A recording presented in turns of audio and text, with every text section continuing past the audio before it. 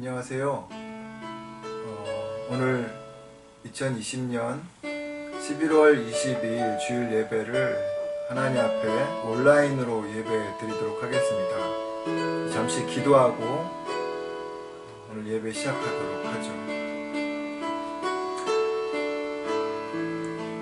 우리를 눈동자와 같이 지켜주시고 크신 손으로 우리를 품어주시며 사랑으로 우리를 한 주간 인도하여 주신 하나님, 어렵고 힘든 시간들을 우리가 보내고 있지만 그럼에도 여전히 하나님, 우리가 우리의 피난처 되신 하나님으로 인하여서 참다운 안식을 경험하게 하시고 또 주의 기쁘신 그 은혜 안에 머물러 있게 하여 주신 아버지 귀한 주의 인도하심을 감사드립니다.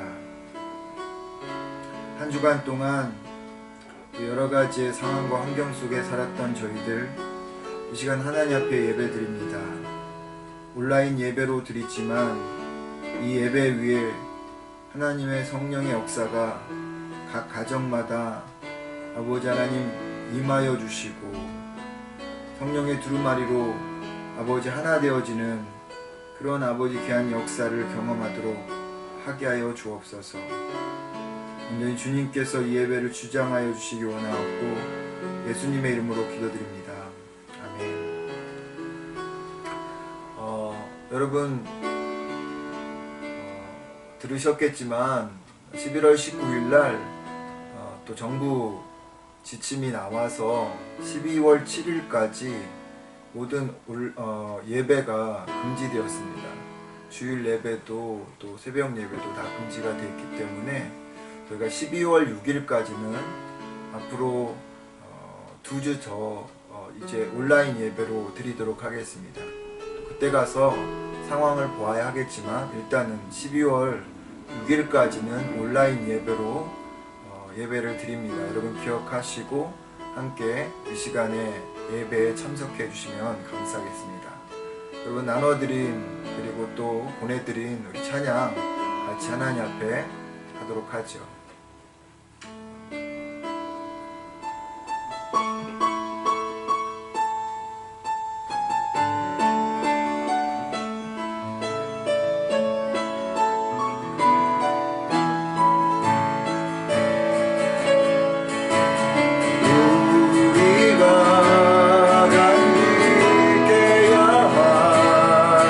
소중한 너 있다면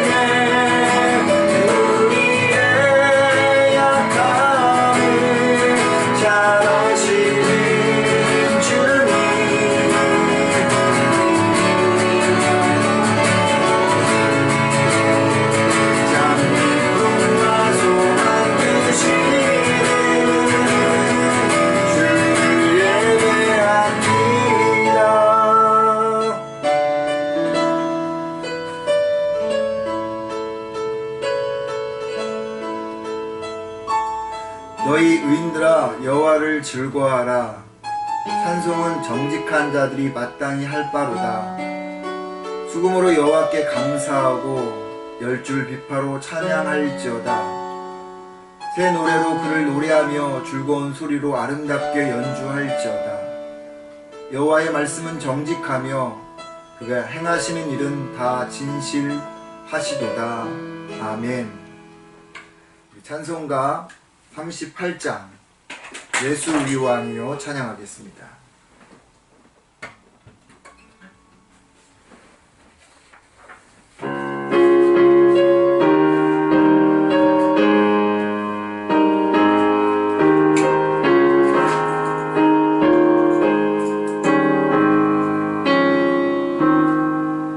예수 우리 왕이여 이곳에 오셔서 우리가 함께 드리는 영광을 받아 주소서.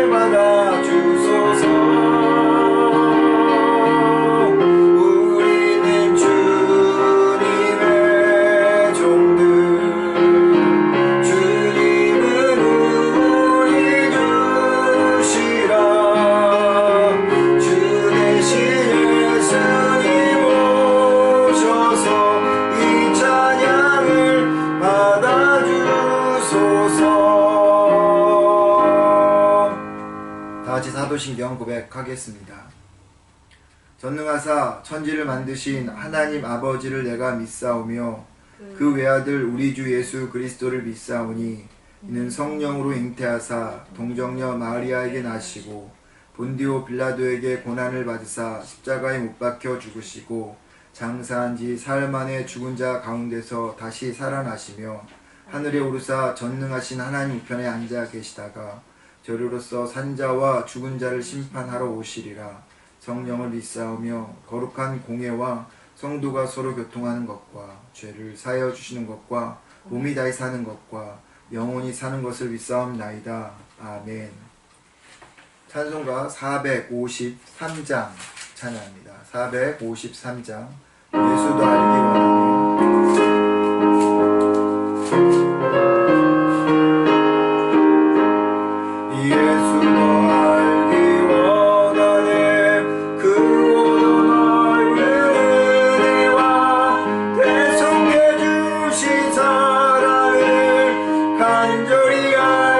원하네.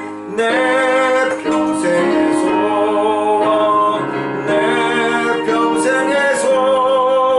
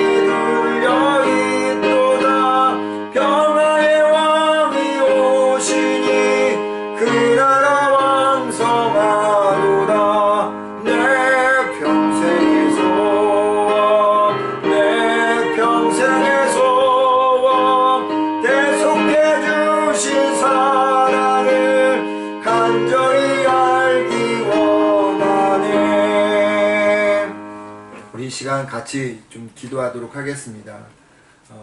우리가 대표 기도하는 시간인데요. 오늘은 좀 우리가 같이 합심하여서 기도하는 시간을 좀 갖도록 하겠습니다. 지난 한 주간을 돌아보면서 또 우리 가정을 위해서 또 교회를 위해서 또 아픈 환우들을 기억하면서 또 사업하시는 분들을 우리의 자녀들을 좀 기억하시면서 또 다시 또 코비드19가 이렇게 창궐하는 그런 모습을 보면서 마음이 또 무거우실 터인데 이러한 여러 가지 상황들을 좀 같이 기억하시면서 기도하도록 하겠습니다. 또 예배를 위해서도 하나님 주시는 말씀이 내 마음속에 아버지 잘 심겨져서 30배, 60배, 100배의 결실을 맺는 귀한 시간 되게 해주십시오. 우리 같이 한번 기도하도록 하겠습니다. 사랑이 많으신 아버지 하나님, 이 시간 주님 앞에 기도합니다. 주께서 은혜를 풀어주시고 역사해 주셔서 하나님 참으로 우리가 또 아버지 코비드19로 인하여서 하나님 온라인 예배로 아버지 드리고 있습니다. 앞으로 아버지 2주를 더 이렇게 예배를 드려야 될 터인데 하나님 바라고 원하옵기는 우리가 아버지 대면 예배가 속히 이루어질 수 있게 하옵소서. 그래서 하나님 임재를 경험하게 하시고 그 예배 속에서 주님을 만나는 시간이 되어지도록 주님 축복하여 주옵소서. 참으로 아버지 코비드19가 속히 하나님 잦아들게 해주시고 속히 다 사라지도록 은혜를 허락하여 주옵소서. 이 일로 인해서 많은 사람들이 힘들어하고 있습니다. 경제적으로 또 아버지 정신적으로 아버지 육체적으로 많이 힘들어하고 있는 이때 하나님 참으로 주께서 우리에게 깊은 은혜와 사랑을 베풀어 주셔서 아버지 모든 것들을 잘 이겨나갈 수 있는 저희가 되게 하옵소서. 바라옵고 나옵기는 우리 가정을 지켜주시고 우리의 자녀들을 지켜주시고 하나님의 또한 우리 교회를 지켜주옵소서. 아버지 하나님 함께 되어지지 못하는 우리 예배 속에서 하나님께 영광을 돌리는 저희들 되게 주옵소서. 아버지 말세의 때가 되어지면 알곡과 가라지가 하나님의 가라진다 했는데 아버지 하나님이 참으로 우리가 알곡에 아버지 하나님 들어갈 수 있도록 도와주시고 하나님 말씀에 생명의 아버지 하나님 깊게 올라올 수 있는 저희 모두가 되어지게 하옵소서. 아픈 자들이 있습니다. 영적으로 우리 고통당하는 자들이 있습니다. 그들을 주님께서 하나님 주시고 치유하여 주시고 회복하게 하여 주옵소서. 하나님 이 시간 무엇보다도 하나님 앞에 하늘을 구하고 기도하는 것은 아버지 오늘 말씀이 선포되어질 때 그 말씀 속에서 하나님의 음성을 듣게 하옵소서. 생명한 음성 속에서 주의 음성을 들었던 우리야처럼 아버지 하나님의 참으로 주의 말씀을 듣는 우리가 하나님 참으로 주님의 그 말씀에 아버지 순종하고 순종하는 자가 되게 하옵소서. 사람의 소리가 아니라 하나님의 말씀을 우리가 기억하고 그 말씀에 순종하는 저희들 하나님 모든 자를 되어지게 하여 주옵소서. 성령님 우리의 마음을 하나님께 가서 만들어 주시고 아버지 각박한 마음들을 하나님께서 아버지 하나님께 인용하여 주셔서 진실로 주님이 아버지 원하는 아름다운 예배 하나님께 아버지 올려드리는 진실로 하나님의 인재가 아버지 하나님 거룩하게 드러나는 예배가 되어지게 하여 주옵소서. 예수님의 이름으로 기도드렸습니다. 아멘. 하나님 말씀 보도록 하겠습니다. 마태복음 13장 말씀입니다. 마태복음 13장 31절로부터 33절의 말씀입니다. 마태복음 13장 31절로부터 33절까지 우리 같이 찾아서 한 목소리로 말씀을 읽겠습니다. 또 비유를 들어 이르시되 천국은 마치 사람이 자기 밭에 갖다 심은 겨자씨 하나 같으니 이는 모든 씨보다 작은 것이로되 자란 후에는 풀보다 커서 나무가 되매 공중의 새들이 와서 그 가지에 깃들이느니라. 또 비유로 말씀하시되 천국은 마치 여자가 가루 서말 속에 갖다 넣어 전부 부풀게 한 누룩과 같으니라. 아멘. 교회 소식 알려드리도록 하겠습니다.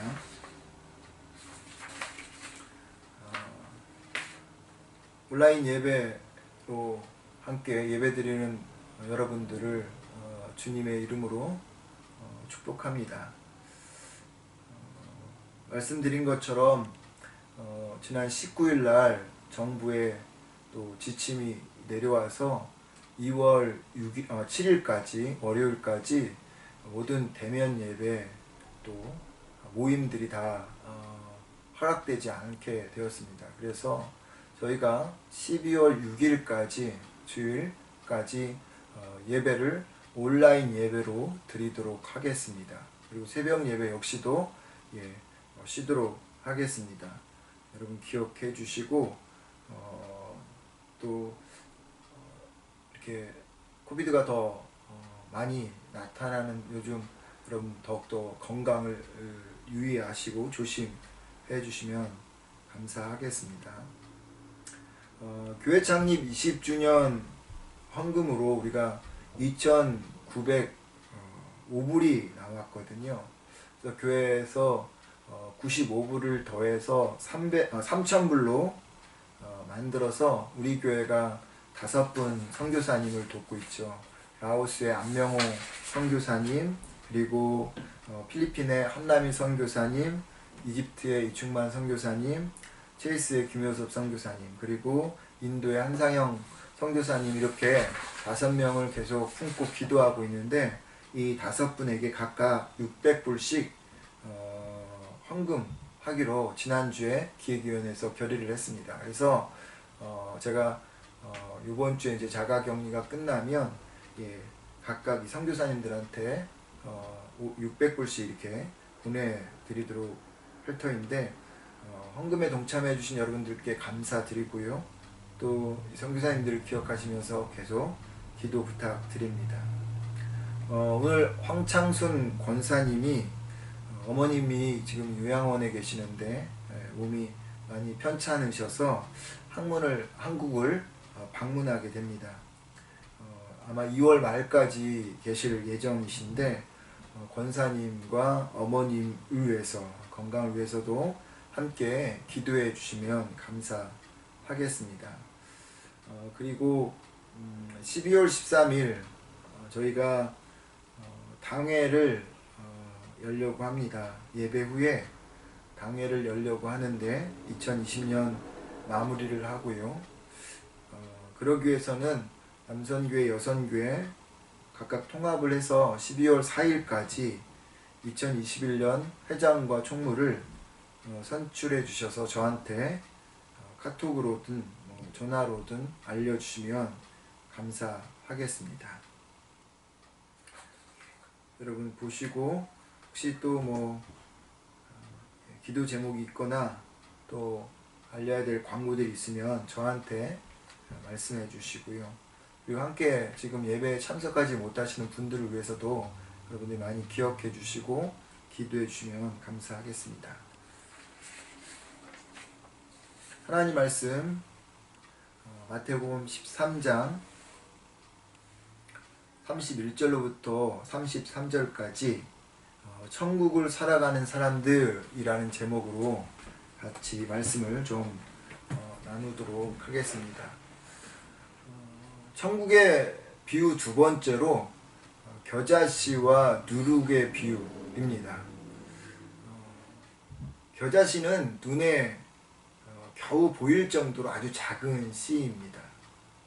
그런 겨자씨를 밭에 심기면 큰 나무가 될 뿐만 아니라 새가 날라와서 안식처로 삼기도 합니다. 또 밀가루 한 포대에 적은 누룩을 넣으면 엄청난 양으로 부풀어 오르게 됩니다. 이 겨자씨와 누룩이 마치 천국과 같다고 예수님이 비유를 하고 계시는 거죠. 예수님이 겨자씨와 누룩의 비유를 통해서 보여주고자 하는 천국은 어떤 모습일까요? 오늘 겨자씨와 누룩의 이 모습 속에서 나타나는 천국의 세 가지를 좀 살펴보도록 하겠습니다. 먼저는 천국은 적은 것의 가치와 소중함을 가지고 둔다라는 그런 특징이 있습니다. 새들의 안식처가 되는 겨자씨는요, 겨자나무는 다 크면 3m 정도가 되지만 그 시작은 무척이나 작습니다. 아마 여러분 겨자씨를 보신 분은 아시겠지만 정말 눈에 보이지 않을 정도로 아주 작은 그러한 씨입니다. 우리가 사는 세상은요, 무엇이든 큰 것을 선호하죠. 큰 것이 가치 있다고 생각하기 때문입니다. 그래서 큰 집, 큰 차, 큰 교회, 많은 사람이 모이는 교회, 이름 있는 회사, 큰 사업 등 세상의 가치가 큰 것에 있다 보니 사람들은 적은 것에 대해서는 터부시하고요, 무시하기도 합니다. 그런데 하나님은 작은 것이 가치가 있다 이렇게 말씀하는 거죠. 이 원리는요, 성경 전반에 흐르는 진리입니다. 거대한 하나님 나라와 역사를 만들어가는 것은요, 큰 것이 아니라 그 하나님의 방식은 작은 것으로부터, 작은 것의 가치와 소중함으로부터 시작되어진다고 하는 것이죠. 바울은 이런 하나님의 방식을 고린도 전서 1장에서 분명하게 말씀을 하고 시작합니다. 형제들아, 너희를 부르심을 보라. 육체를 따라 지혜로운 자가 많지 아니하며 능한 자가 많지 아니하며 문벌 좋은 자가 많지 아니하도다. 그러나 하나님께서 세상에 미련한 것들을 택하사 지혜 있는 자들을 부끄럽게 하려 하시고 세상에 약한 것들을 택하사 강한 것들을 부끄럽게 하려 하시며 하나님께서 세상에 천한 것들과 멸시 받는 것들과 없는 것들을 택하사 있는 것들을 폐하려 하신다고 고린도전서 1장 25절로부터 27절에서 바울은 이야기합니다. 이게 하나님 나라의 원리라는 거죠. 세상은 화려한 학식과 지혜, 높은 명예와 권력, 그리고 뛰어난 IQ를 가진 사람들을 사용하지만 또 선호하지만 하나님은 약하고 보잘것없는 사람들을 사용하신다는 겁니다. 대표적인 사람이 이스라엘의 시조였던 아브라함이었어요. 아브라함은 처음부터 여호와의 신앙을 가졌던 사람이 아니었습니다. 그는 아버지 데라와 함께 갈대아 우르에서 우상 장사를 했던 우상 속에 살았던 사람이었어요. 더욱이 그를 부를 때 그는 모태신앙으로부터 부른 것이 아니라 75세에 이 아브라함을 불렀다고 하는 것이죠. 아브라함의 후손도 마찬가지입니다. 즉 이스라엘 백성들도 마찬가지죠. 하나님이 이스라엘 백성들을 선택한 것은 다른 민족보다 우월하고 그리고 그들이 다른 사람들과 남달랐기 때문에 선택한 것이 아니라고 하는 거예요. 오히려 그 반대입니다. 신명기 7장 7절의 말씀을 보면 여호와께서 너희를 기뻐하시고 너희를 택하심은 너희가 다른 민족보다 수요가 많기 때문이 아니라, 분명히 밝히죠. 다른 민족보다 수요가 많기 때문이 아니라 너희는 오히려 모든 민족 중에 가장 적으니라 라고 말씀합니다. 이스라엘 민족이 선택받은 이유가 뭔지 아십니까? 다른 나라보다 적었기 때문입니다. 이스라엘보다도 더 큰 민족이 있었고 우월한 민족이 있었음에도 하나님이 이스라엘 민족을 부른 것은 하나님 나라의 원리 그리고 성경의 진리가 적은 것으로부터 시작된다고 하는 것을 보여주고자 하는 것입니다. 왜 하나님께서 이렇게 이스라엘 같은 작은 민족을 보내느냐? 하나님 나라의 방식은 큰 것에 있지 않다는 것입니다. 늘 하나님은 적은 것을 통해서 혹은 약한 것을 통해서 바벨탑과 같은 세상 이 가치를 부끄럽게 하는 것이 하나님의 방법이라는 거죠. 여러분, 이런 방법은 예수님에게도 동일하게 이어졌겠죠. 예수님이 이렇게 말씀하지 않습니까? 지극히 작은 것 중에 충성된 자는 큰 것에도 충성한다. 작은 것을 잘해야 큰 것이 주어지지 처음부터 큰 것을 줄 수 있는 것은 아니다라는 말씀이죠.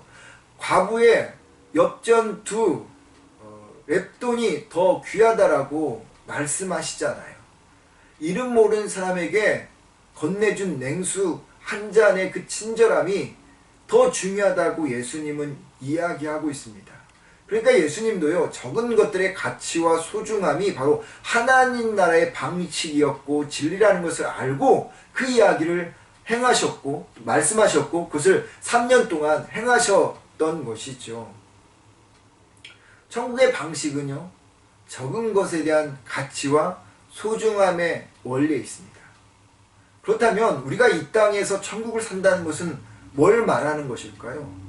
작은 것의 가치에 또 소중함을 가지고 살아야 한다는 것입니다. 앞서 말씀드린 것처럼 세상은 하늘을 닿을 듯한 바벨탑을 쌓으며 인생의 가치를 거기에 두고 있어요. 바벨탑에 압도되어서 모두가 큰 것, 많은 것을 인생의 목표로 살아가잖아요. 그래서 적은 것들은 터부시하고 무시합니다.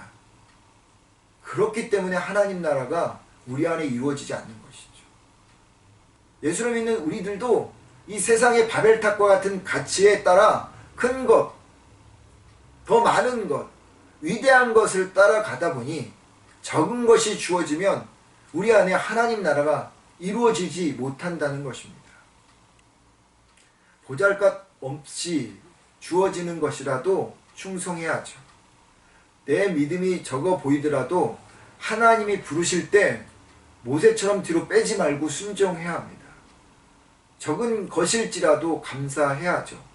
한 사람이라도 내게 맡겨졌다면 생명을 걸고 사랑해야 합니다. 그것이 시발점이 될 때 하나님 나라가 커지게 되어지고 그 커진 하나님 나라가 내 안에 가득 충만하게 100% 자리 잡게 되어지는 것이죠. 스코틀랜드에서 목회하는 두 목사님이 계셨어요. 열심히 목회를 했지만 누구도 이 두 목사님을 알아주는 사람은 없었어요. 어느 날 우연찮게 두 분 목사님이 만나서 이야기합니다. 한 목사님이 이렇게 얘기해요. 저는 지난 3년 동안 정말 열심히 최선을 다해 사역했는데 거듭난 성도라고는 한 사람밖에 얻지 못했어요 하고 그냥 낙담하듯이 말했습니다. 그 이야기를 들은 다른 목사님도 거기에 동조해서 이렇게 이야기를 했어요. 최근에 우리 교회에서 한 주간 동안 부흥회를 가졌는데요.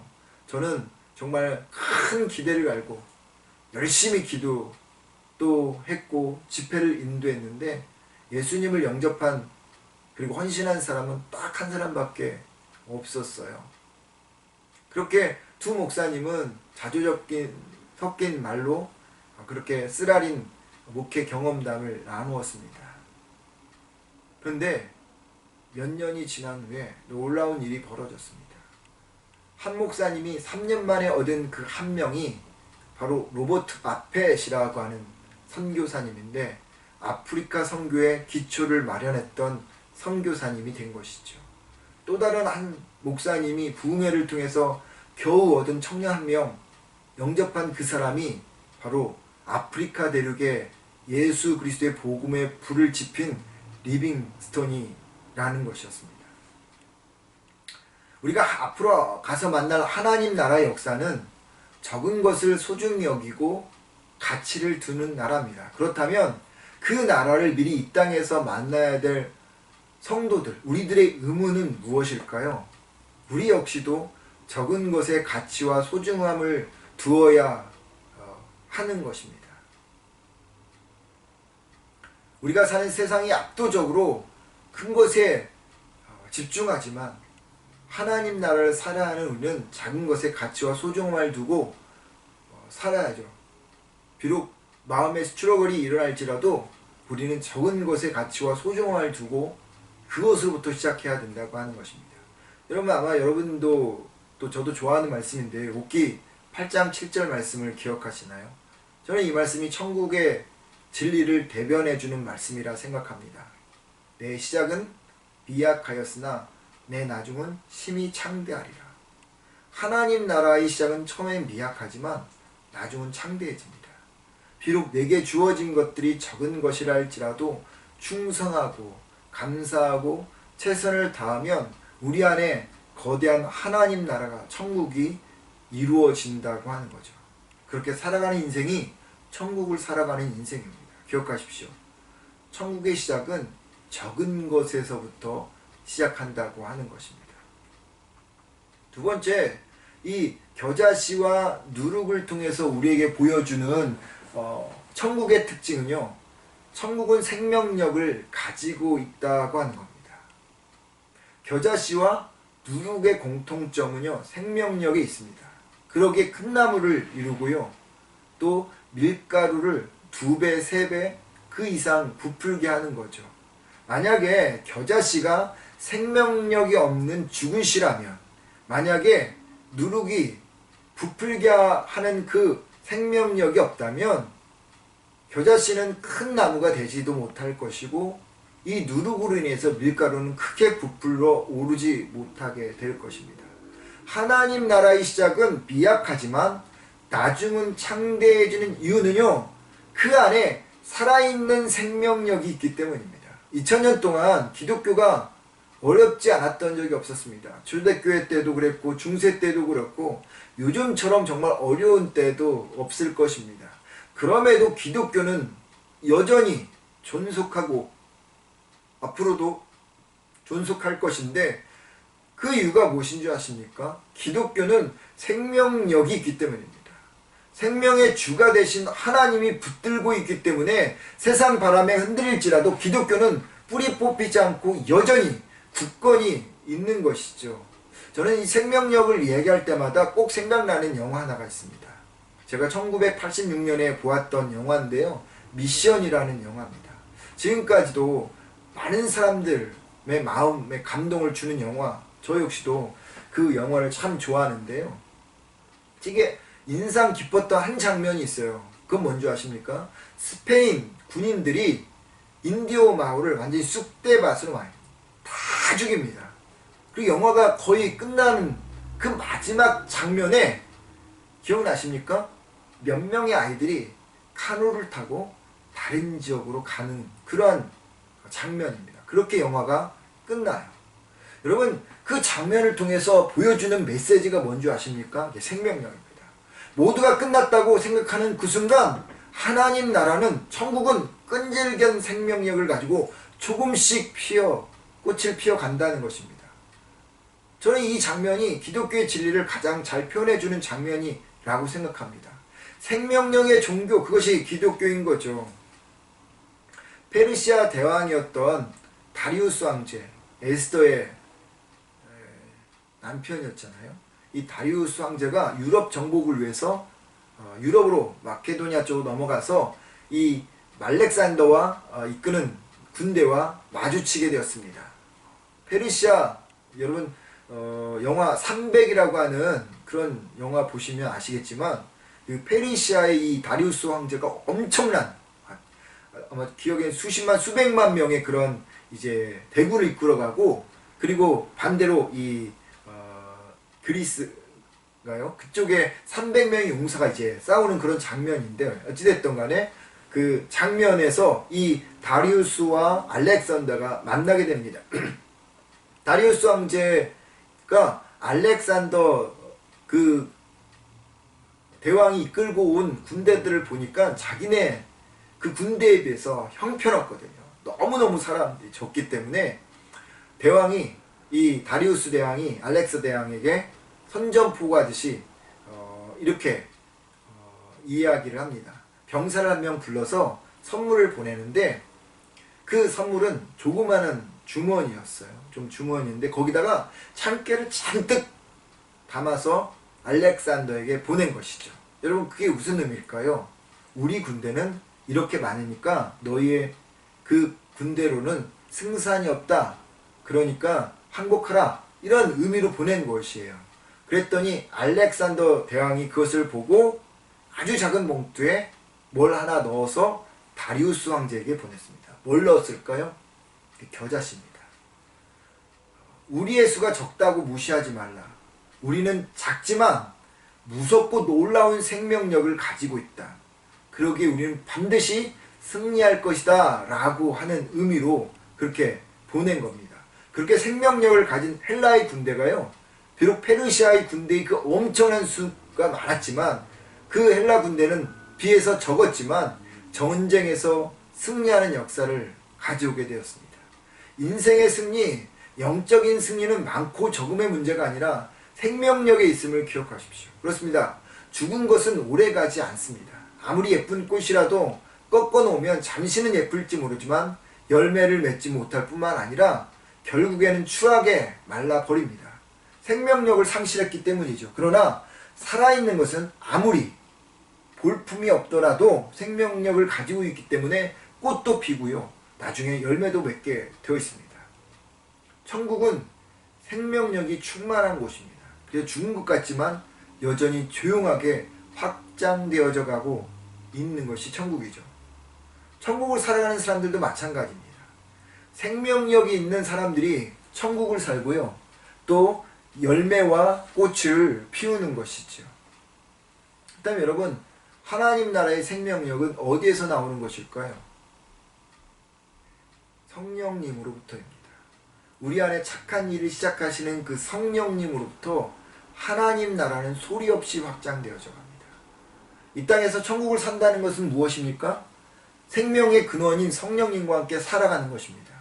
성령님을 앞세워 산다는 것입니다. 성령님이 나의 결정, 생각, 마음, 순종 모든 것을 지배한다는 것이죠. 성령님이 계시면 그 사람은 살아있는 사람입니다. 성령님이 없으면 살아있는 것 같아도 그 사람은 죽어있는 것이죠. 오래 교회를 다닌 성도가 천국을 사는 것이 아닙니다. 그렇다고 이제 막 교회를 다닌 성도가 천국을 사는 것도 아닙니다.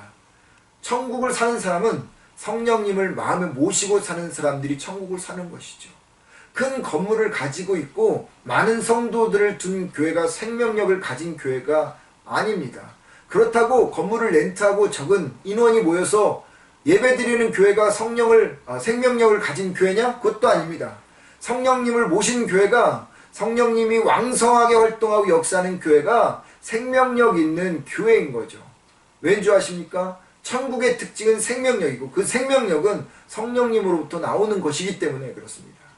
눈에 보이지 않지만 끈질긴 생명력으로 하나님 나라는 확장해 갑니다.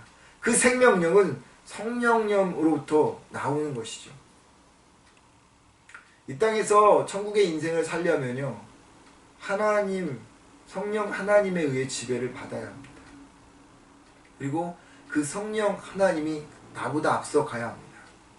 그래야 입술의 열매, 마음의 열매, 선함의 열매, 섬김의 열매 등이 맺히는 거죠. 그럴 때 세상이 지옥 같더라도 우리는 그 지옥 가운데서 파워풀한 천국을 살아가게 되어지는 것입니다.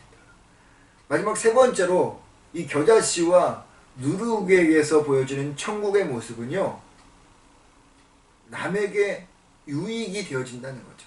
천국은 축복의 통로가 되는 곳이다 라는 것입니다.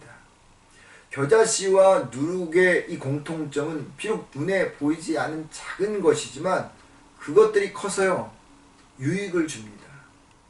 겨자씨는 커서 나무가 되어서 새들이 날아와 안식처를 삼잖아요.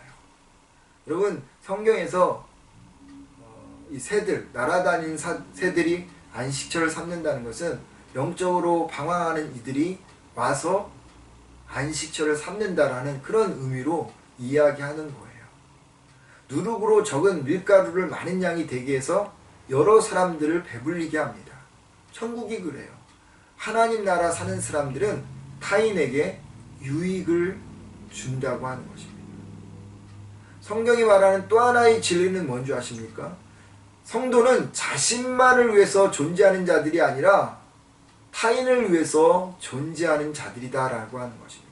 천국의 가치가 적은 것의 가치와 소중함, 이 진리요. 두 번째로는 성도는 자기를 위해서 존재하는 뿐만 아니라 타인을 위해서도 존재하는 자들이라고 하는 것이죠. 삼위 하나님 보십시오.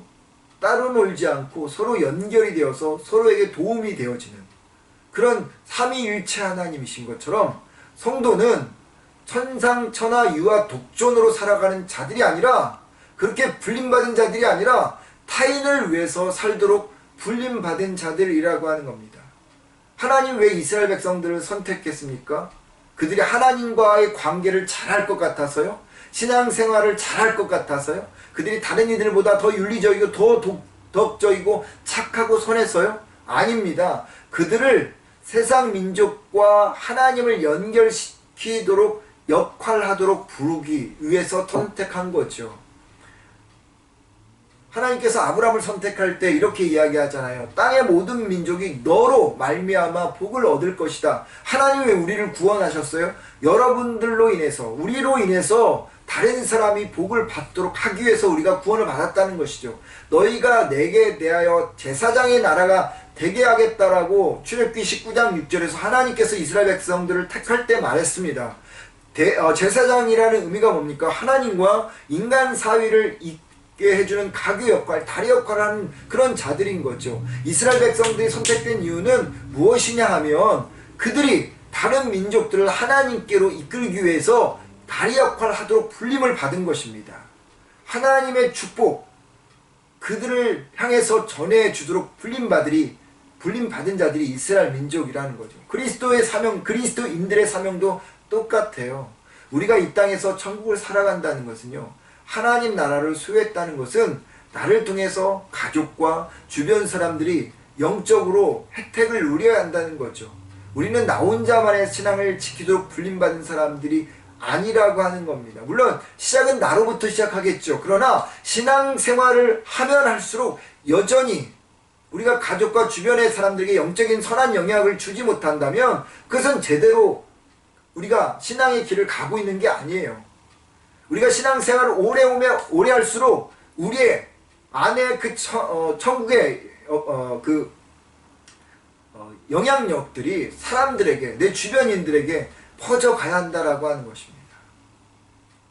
겨자씨가 많은 열매와 큰 나무가 되려고 수많은 노력을 또 시간을 소비했듯이요, 노력을 통해서 작은 밀가루가 커져가는 노력을 하였듯이 우리도 나만의 신앙에 탈피해서 더 다른 사람들에게도 우리의 믿음이, 또 우리의 그러한 선한 영향력이 흘러가야 한다는 것입니다. 노력해야 된다는 거예요. 데미안에서 나오는 아플락사스와 같이 에고이즘이라는 이 알을 깨고 나오는 철저한 영적인 몸부림을 우리가 몸부림을 쳐야 한다는 거예요.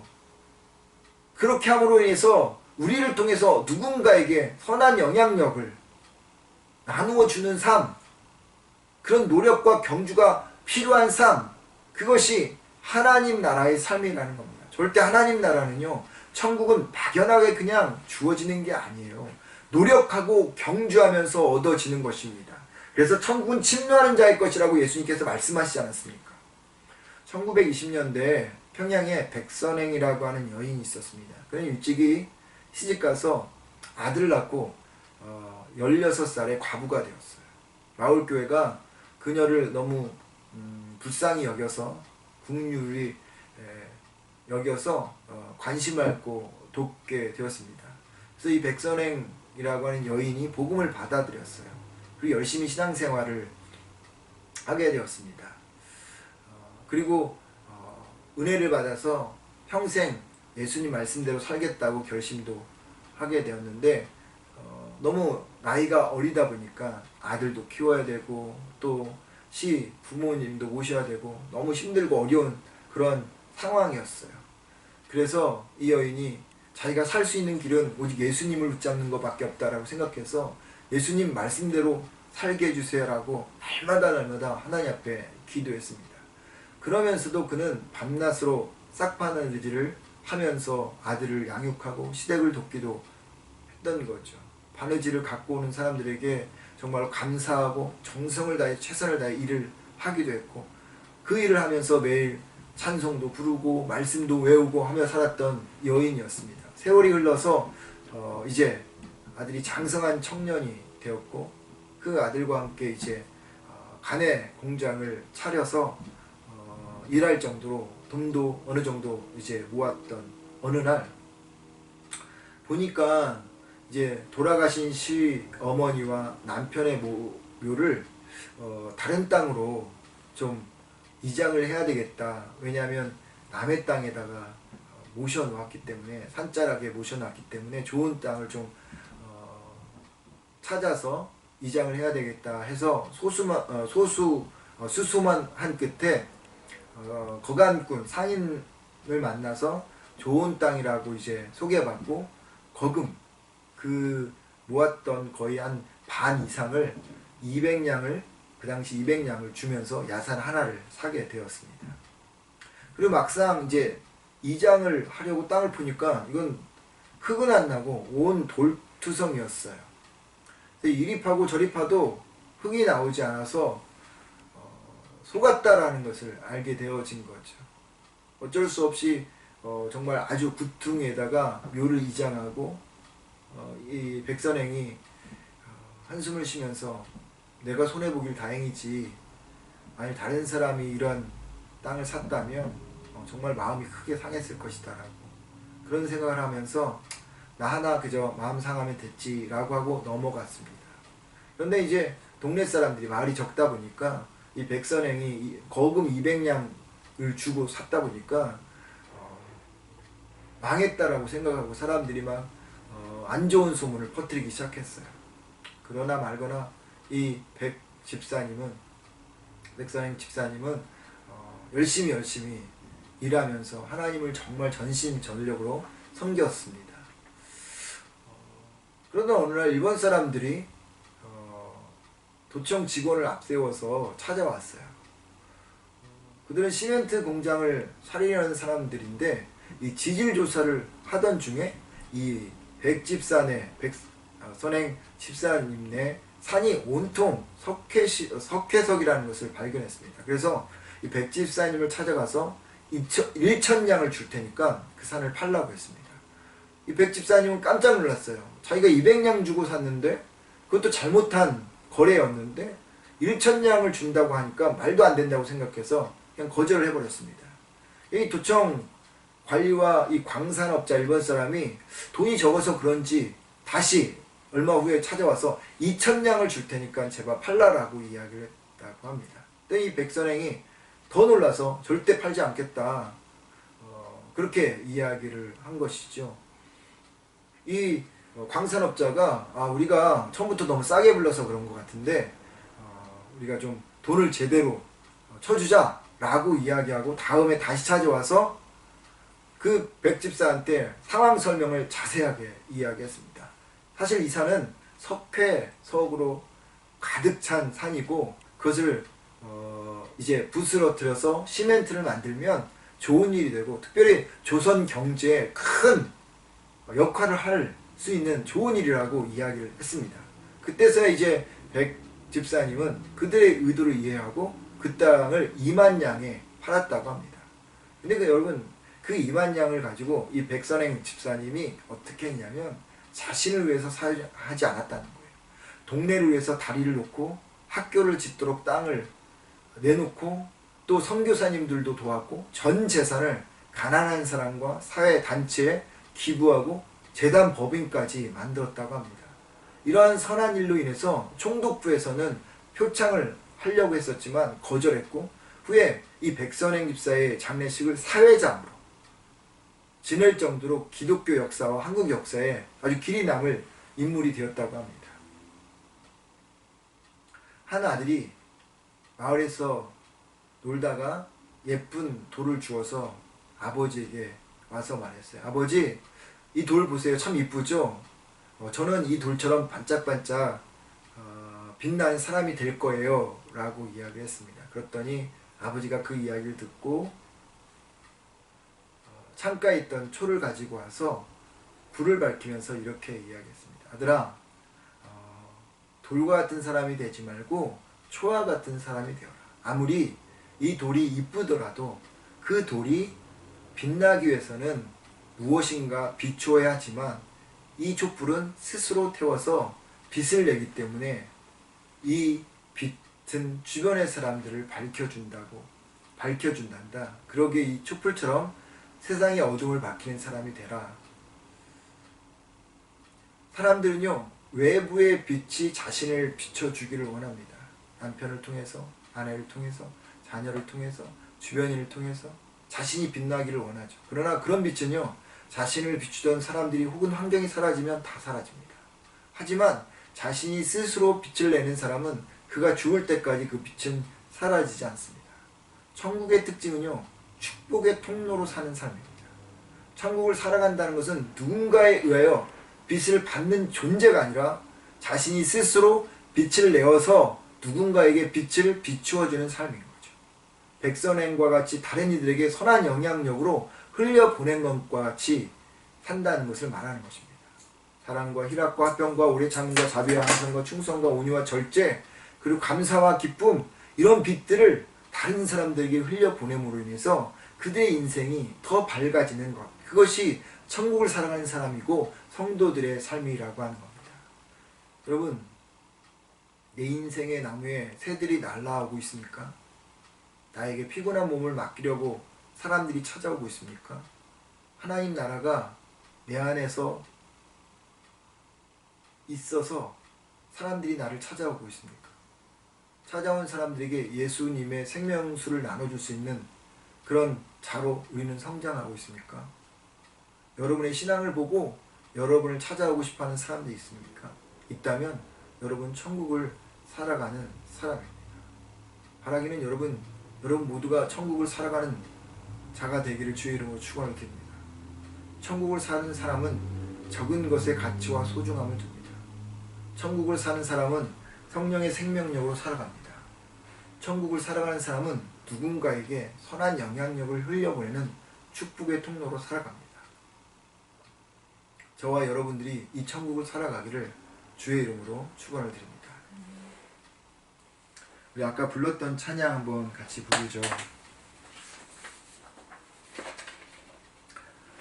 하연이에게 찬양 있죠? 그 찬양 다시 한번, 제가 이 찬양을 고른 것은요, 이 찬양 참 가사의 내용이 저 좋아서입니다. 제가 아주 오래전부터 좋아했던 찬양인데 오늘 이야기와 말씀과 많이 비슷해서 한번 골랐습니다. 우리 같이 다시 한번 이 찬양 가사 생각하면서 불러보도록 하죠.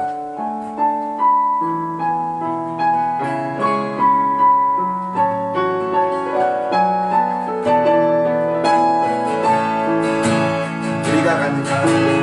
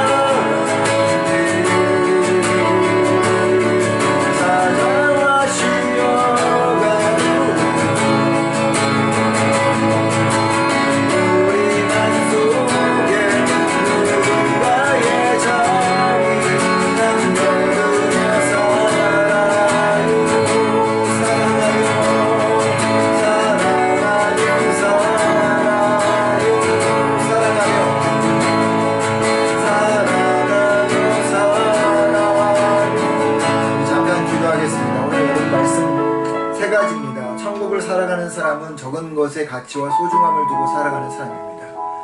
천국을 살아가는 사람은 성령님의 그 생명력을 가지고 살아가는 사람입니다. 천국을 살아가는 사람은 남들에게 선한 영향력을 흘려보내는 사람들입니다. 오늘 이 말씀을 좀 기억하고 또 이 찬양을 기억하면서 하나님, 이 한 주간 동안 천국을 우리가 살아가는 자가 되게 하옵소서. 아버지, 그래서 주님의 나라가 아버지 내 마음속에, 우리 가정 속에, 우리의 일터 속에, 우리 교회 안에서 또 우리가 살아가는 모든 현장 속에서 이루어지도록 우리 한번 시간 한 1, 2분 정도 같이 기도하도록 하겠습니다. 사랑이 많으신 아버지 하나님, 천국 주님 앞에 시간 간절히 고백합니다. 주께서 역사해 주시고 인도하여 주셔서 하나님, 우리가 천국을 살아가는 자가 되게 하옵소서. 적은 것의 가치와 소중함을 두고 살아가게 하옵소서. 하나님, 나에게 맡겨준 모든 것들에 감사함으로 살아가는 자가 되게 하옵소서. 또한 아버지 하나님, 시간 한 길 바라보고 우리가 어떤 현장과 어떤 환경에 있을지라도 그것을 감사함으로 믿음으로 살아가는 자가 되게 하옵소서.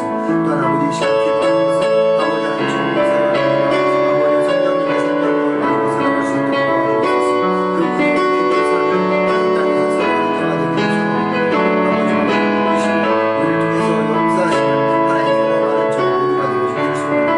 뿐만 아니라 아버지 하나님, 순간순간 아버지 죽어있는 자의 믿음이 아니라 살아있는 자의 생명의 그 아버지 말씀으로 살아가는 자가 되어주길 도와주옵소서. 또한 아버지 시간 중요한 일 바라고 원하옵기를 하나님께서 역사해 주시고 인도하여 주셔서 아버지 하나님, 온전히 주님에게 사랑하고 아버지 하나님, 남들에게 아버지 축복의 통로로 살아가는 자가 되어주길 하옵소서. 말씀의 능력으로 하나님께 영광 돌리며 살아가는 하나님 저희 모두가 되어지도록 주여 도와주시고 인도하여 주옵소서. 하나님 어디가 충만하신 아버지 하나님께 역사하시고 하나님의 온전함을 아버지 하나님 이 땅에서 아버지 일어나는 저희 모두가 되어질 수 있도록 주여 도와주옵소서. 이렇게 하시고 일하시고 역사하신 주님을 찬양합니다.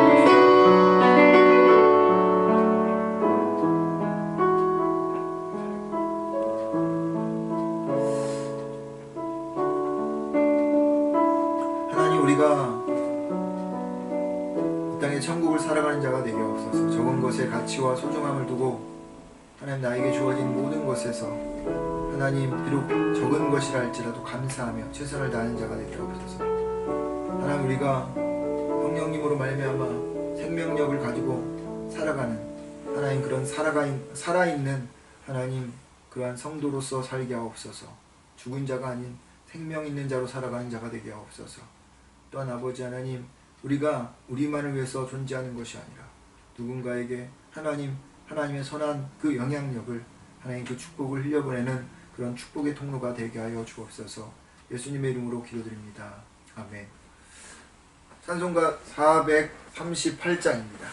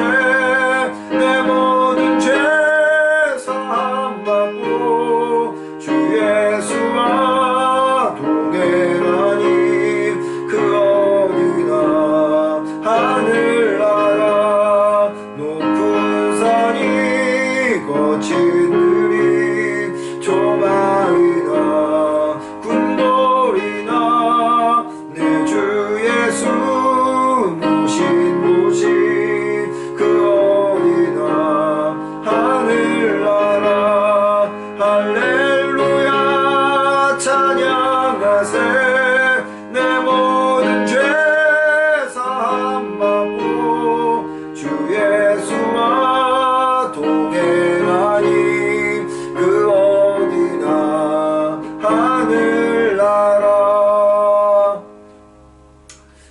기도하겠습니다. 하나님, 오늘 말씀을 우리의 마음속에 새깁니다. 하나님, 우리가 천국을 살아가는 자가 되게 하옵소서.